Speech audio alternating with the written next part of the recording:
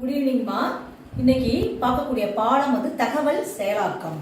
அந்த தலைப்பில் என்ன பார்க்க போகிறோம்? மேஜிக் ஸ்கொயர், அதாவது மாய சதுரம் கொடுத்து கண்டுபிடிக்க சொன்னாங்கன்னா எப்படி பார்க்க போகிறோம் அப்படிங்கிறத சரி கவனிமா. மாய சதுரம் இது வந்து என்னது? 3x3 அந்த அளவு. அப்போ 3x3 எடுத்து 9 கட்டங்கள் போட்டு நம்ம நம்பரை எழுதுனா எந்த பக்கம் கூட்டினாலும் வரக்கூடிய விடை ஒரே விடை வரணும். எந்த பக்கம் கூட்டினாலும், இப்படி கூட்டினாலும், எப்படி கூட்டினாலும், இப்படி கிராஸாக கூட்டினாலும், எந்த சைடு தலையில கூட்டினாலும் சரி, அந்த 3 நம்பரை கூட்டுறப்ப வரக்கூடிய விடை ஒரே விடையாக வரும். அப்படி நம்ம இந்த ஸ்கொயரை அமைக்க போகிறோம்.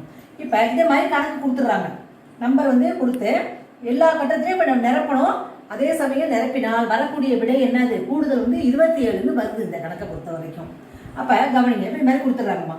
இதை வந்து நம்ம என்ன செய்யணும்? இந்த 3x3ங்கிற கட்டத்துக்குள்ளார நம்ம நிரப்பணும். சொல்லுறது புரிஞ்சுங்களாமா? சரி, இப்போ பாருங்க, நல்லா கவனிச்சுட்டே வாங்கம்மா. இப்போ இந்த இடம், இந்த இடம், இந்த இடம், 4 இடமும் வேக்கண்டாக இருக்குது. அந்த 4 இடத்தையும் இந்த 4 நம்பர் வெளியில் இருக்குது பார்த்தீங்களா, அதை கொண்டு வந்து உள்ளே விடணும். அவ்வளோதான். இப்போ என்ன செய்ய போகிறோன்னா கவனிங்க, இந்த 13ங்கிற நம்பரு எங்கே போகுது பாருங்க, இது மாதிரி வருது. இந்த கட்டத்துக்குள்ளே இந்த 13 தூக்கி மேலே இருக்கிற 13 கீழே வந்துடும். இந்த 5 என்ன செய்யுதுன்னு கேட்டிங்கன்னா, அது எங்கே போயிடும்? கீழே உள்ள 5 இந்த இடத்துக்கு வந்துடும். சொல்லுவது புரிஞ்சுங்களாமா? சரி, அடுத்து இந்த 1 இந்த பக்கம் இருக்குது பார்த்தீங்களா, அது வந்து இந்த பக்கம் வந்துடும். வலது பக்கத்தில் இருக்கிற 1 இடது பக்கத்துக்கு வரும். இது எப்படி வருதுன்னு பாருங்க. இந்த 1 இங்கே தூக்கி போட போகிறோம். அவ்வளோதான். அடுத்ததாக அடுத்து வேற என்ன இருக்குது? இங்கே 17 இருக்குது பார்த்தீங்களா, அது வந்து என்ன வரும்? இந்த கட்டத்துக்குள்ளே வந்துடும். அவ்வளோதான். புரிஞ்சுக்கலாமா? இப்போ நம்ம என்ன செய்ய போகிறோம்? இந்த எண்களை எடுத்து அதில் எடுத்து எழுத போகிறோம். அவ்வளோதான். இப்போ ஃபஸ்ட்டு என்ன எழுத போகிறோம்? நல்லா கவனிங்க. இந்த 15 இங்கே எழுதிருக்கோங்க. அப்புறம் இந்த 7 அந்த கட்டத்தில் போட்டாச்சு. அடுத்து என்ன பண்ணியிருக்கோம்? இந்த கட்டம் 11 இது அப்படியே போட்டுக்கோங்க. அடுத்து இங்கே என்ன வரும்? 3. ஓகேங்களாமா? அப்புறம் நடுவில் என்ன இருக்குது? 9. சொல்லி புரிஞ்சுக்கலாமா? சரி, இப்போ இந்த 4 கட்டம் தான் நம்ம இன்னும் பாக்கி ஃபில்அப் பண்ண வேண்டியிருக்கு. அப்போ என்ன செய்யணும்? இந்த 13ங்கிறது எங்கே கொண்டு போட்டிருக்கோம்? இந்த இடத்துக்கிட்ட வந்துடும். 13ங்கிறது எங்கே இருக்கு? மேலே இருக்கிற 13 இந்த கட்டத்துக்கு வந்துடுது.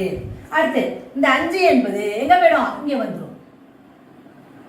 கீழே 5 இருக்கு பார்த்தீங்களா, அது வந்து மேலே வந்துடும், இந்த கட்டத்துக்குள்ளே வந்துடும். அடுத்து இந்த 1 என்பது இந்த பக்கம் வந்துடும். 1ங்கிறது என்னது? இடது பக்கத்துக்கு வந்துடும். அப்போ இங்கே 17 இருக்கு பார்த்தீங்களா, அது எல்லாம் வந்துடும், இங்கே வந்துடும். ஓகேவா? சரி, இப்போ நம்ம என்ன பண்ண போகிறோம்? இப்படி கிராஸாக கூட்டினாலும், நேராக கூட்டினாலும், இப்படி கூட்டினாலும், எந்த சைடு எந்த டைரக்ஷனில் நம்ம கூட்டினாலும் வரக்கூடிய விட என்ன வருது? 27 வருது. இப்போ பாருங்க, இது 3ஐயும் கூட்டுங்க. இது 3ஐயும் இப்போ நம்ம கூட்ட போகிறோம். 15 + 9 + 3 கூட்ட என்ன வந்துருது? 27. Very good. சரி, அதே மாதிரி இது 3ஐயும் கூட்டுங்க. 11 9 20 27 எவ்வளவு? 27. அப்ப எந்த பக்கம் கூட்டினாலும் அப்ப இப்படி நேரா போட்டு கூட்டினாலும் பாருங்க, 15 + 1 + 11 கூட்டிங்கன்னா வந்துடும் 27. இந்த பக்கம் கூட்டினாலும் 27, இந்த பக்கம் கூட்டினாலும் 27. புரிஞ்சுங்களாமா? இதுக்கு பேர் தான் மேஜிக் ஸ்கொயர். எப்படி போடணுங்கிறத உங்களுக்கு சொல்லி கொடுத்துருக்கேன். இந்த எடுத்துக்காட்டு கணக்கை வச்சுக்கிட்டு நீங்க வந்து நிறைய கணக்குகளை நீங்க உருவாக்கலாம். ஆனா ஒரு கணக்கு கொடுத்துருக்கேன், அந்த கணக்கை நீங்க செஞ்சு முடிச்சிருங்கம்மா. புரிஞ்சுங்களாமா எல்லாருக்கும்? ஓகே.